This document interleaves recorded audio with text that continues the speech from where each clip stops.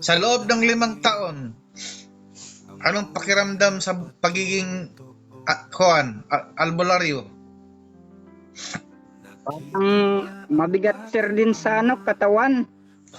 Marami ka ngang natulungan, pero ikaw naman din yung napirisyo sa Parang sarili mo. parang bumabalik sa akin. Ano nga lang sir, yung mga kapamilya ko lang, walang ibang tao, yung mga kapatid ko, tas mga anak ko. Yun lang. Hindi ka nang gamot ng iba. Hindi pa man sir.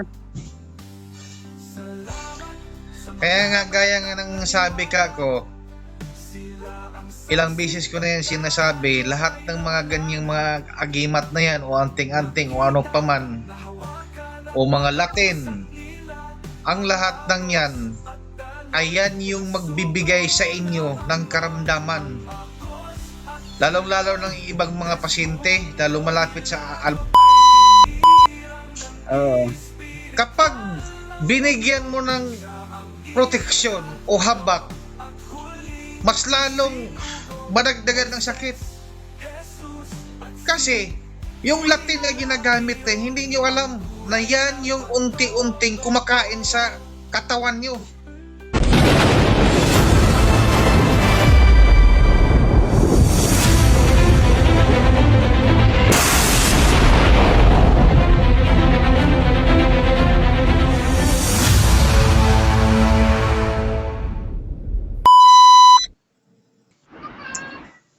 Hello. Hapon po sir. Masayang hapon. Okay. Ano po sila? Ah, Ano pong kuha natin? Magandang gagawin. nais ko po sana sir pabaklas yung karamdaman ko kasi yung mga gamit ko dati na ginagamit pang gamot ay pinabitawan muna sa akin. Mhm.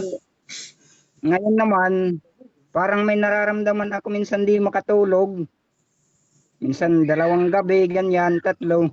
Ikaw ba ay isang albularyo na manggagamot? Ano para lang po sir. Oh. Ha? So, ilang taon ka na nagiging albularyo? Sir, siguro mga 4, kaso lang matagal-tagal ko na rin tong iniwan kasi may manggagamot na nagsabi sa akin na wag muna daw magpatuloy kasi baka may maging kapalit sa pamilya mo. Yun iniwan ko na yan sir. Tapos nakita ko yung mga vlog mo. Yun ako na parang surrender ba? Parang sinurrender sa inyo yung mga gamit na to. Mhm. Sa loob ng 5 taon, anong pakiramdam sa pagiging albularyo? Parang mabigat sir din sa katawan. Marami ka ngang natulungan, pero ikaw naman din yung napirisyo sa Parang sarili mo.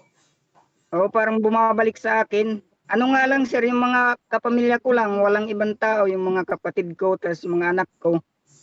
Yun lang. Hindi ka nang gamot ng iba. Hindi pa man sir.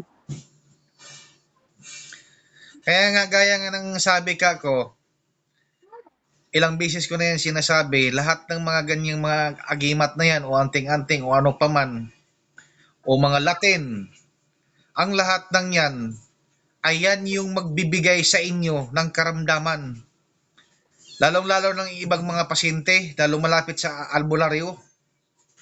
Oo. Kapag binigyan mo ng proteksyon o habak, mas lalong madagdagan ang sakit. Kasi yung Latin na ginagamit hindi nyo alam na yan yung unti-unting kumakain sa katawan nyo. Yan yung unti-unting magpapahina sa katawan nyo. And then, buhay pa Oo. kayo, sinasangla nyo na ang kaluluwa nyo kay Impinito di Diyos. Ang Diyos ng kasamaan. Kaya, tama yung ginagawa mo. Ikaw ay bilang isang albularyo na matagal na, at marami ka na ring natutulungan o ginamot sa pamamagitan ng pagsuko mo ng mga gamit mo, makakamit mo ang iyong dating lakas at ibabalik namin yan. Dahil kahit sino pa man, kahit magpagamot ka pa sa kapwa mo manggagamot, kapwa mo albularyo, kapwa mo antingero, o sino, haring bakal pa yan, o kahit supremo pa yan, hindi yan mga kabaklas dyan sa karamdaman mo. Tres mundo lang ang makapagbaklas dyan. At lahat ng sinasabi ko ngayon, totoo yan dahil may mga vlog ako dyan na may mga albularyo dyan na nagpabaklas sa kapwa nila albularyo o antingero. Hindi mabaklas-baklas. Pero pag dito sa Tres Mundo, segundo lang yan, babalik yung dating lakas mo. So ngayon, sige, handa mo yung mga gamit mo at tubig. Lulusawin natin yan. Ilabas mo lahat ng mga latin at mga gamit mo. Patingin niya ako sa mga gamit mo. Ito. Yung mga langis, Langis, Tapos ano ito, pa? Wag mong igalaw-galaw yung cellphone. Tutok mo sa mga gamit mo. Ayan, okay. Okay, nabasa tuloy yung ano mo. Ano, higaan mo yan? yan ang anak ko. Dapat yung malaki kasi marami kang gamit. Kaya lang, sir, kukuha akong planggana. Lublob mo Sige, lahat. sige. Yan. Lahat na po, sir. Wala na. Ah, Sige. Pondo. Huwag mong galawin na.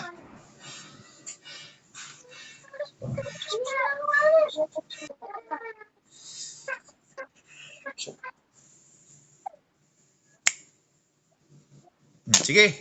Inumin mo yan.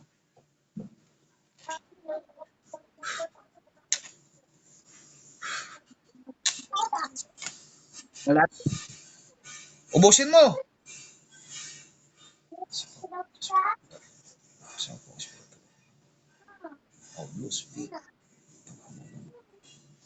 Abos na, sir. O, nga. Pasok. Lulok.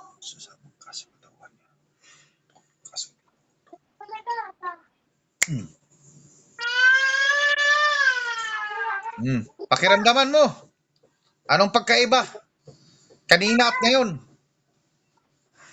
Medyo magana, sir, yung ulo ko. Tapos yung dito ko, medyo magana. Malaking pagkakaiba, sir. Malaki. O, ano? Bilib ka na, Tres Mundo. Abog na ako, sir.